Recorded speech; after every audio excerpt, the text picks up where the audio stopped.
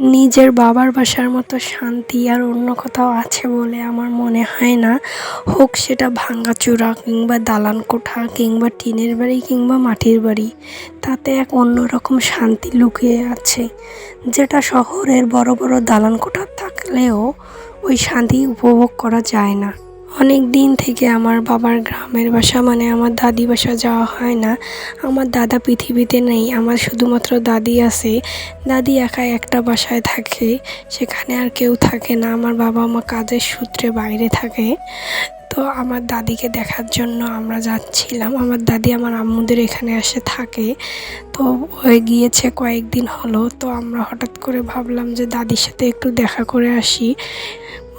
শহরের আর এই পরিবেশ ভালো লাগতেছিল না, গ্রামের একটু ঠান্ডা আবহাওয়া, একটু প্রাকৃতিক পরিবেশ দেখারও ইচ্ছে জাগে। তাই গিয়েছিলাম আমার দাদির বাসা। আমার দাদি পৃথিবীর সবচেয়ে শ্রেষ্ঠ দাদি। আমি মনে করি যে আমার দাদির মতো আর কারো দাদি হতে পারবে না কিংবা হবেও না। আমার মনে আছে আমরা যখন ছোট ছোট তখন থেকেই আমার দাদি নিজে না খাইয়ে আমাদেরকে খাওয়াইছে। কেউ যদি একটা কোনো কিছু খাইতে দিত তো ওইখান থেকে আমাদের জন্য নিয়ে আসতো নিজে না খেয়ে।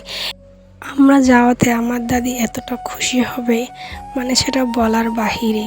তো যাওয়ার পরেই এতটা খুশি হয়েছে, বাবুর আব্বুকে গাছের আম এনে দিল, বাবুর আব্বু কাটতেছে খাচ্ছে। তো আমার দাদি দাঁড়িয়ে দাঁড়িয়ে দেখতেছিল এবং হাসতেছিল। এই যে এটা হচ্ছে আমার দাদি, পৃথিবীর সবচেয়ে শ্রেষ্ঠ দাদির মধ্যে আমার দাদি একটা। আমার দাদির মতো দাদি এই দুনিয়াতে আর একটা আছে বলে আমার মনে হয় না।